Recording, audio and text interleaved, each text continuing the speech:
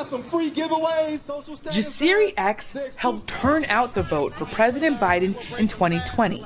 But now, you have a lot of black people that feel like we sacrificed a lot to make sure this administration came in, and we haven't collectively reaped the benefits. The Pittsburgh activist says Biden has failed to deliver on his promises. There's been a direct attack on our voting rights.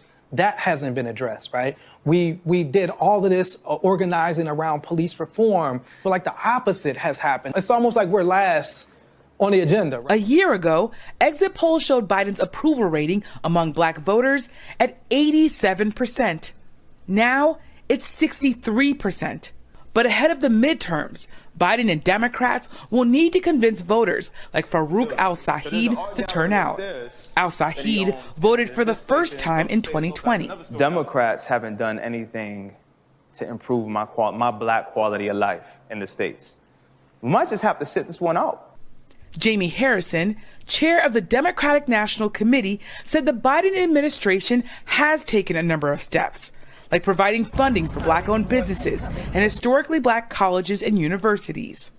What do you say to black voters who say that President Biden hasn't delivered on a lot of the promises he made on the campaign trail? I like to tell folks, Rome wasn't built in a day. We particularly want to do more, but we got to have more votes in the United States Senate in order to do it.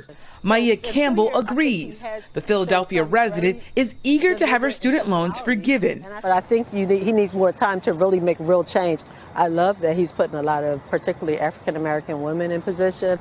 Still, black voters like Will Mega say Democrats need to get much more aggressive. What would you say to President Biden if you could speak with him?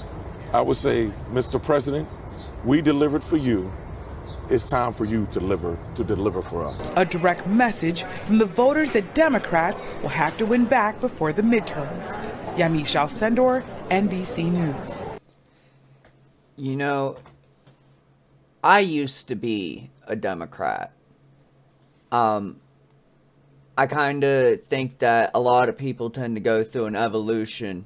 Whenever you're younger and you haven't worked for anything yet, you just want free shit. You want the government to take care of you. And then once you get a little bit of life experience and you do a little bit in your life and you earn some shit, then all of a sudden you start to understand what it's really about. And a lot of people tend to switch parties. I was a Democrat all the way up until the first Trump election. I hated George Bush. I thought he was a bumbling idiot. Barack Obama, I thought he was going to do okay. But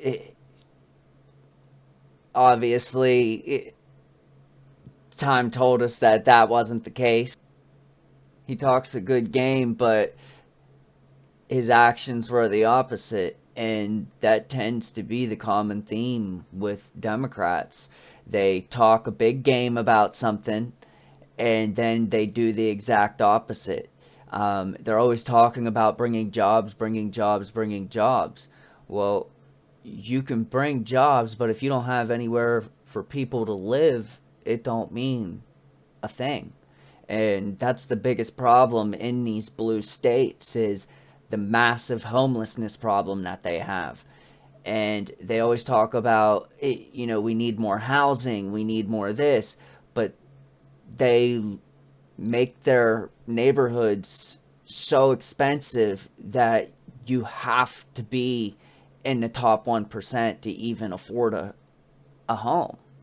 They don't build high density buildings or anything like that, like apartment buildings that allow more than a single home. They actually go out of their way to vote directly against that.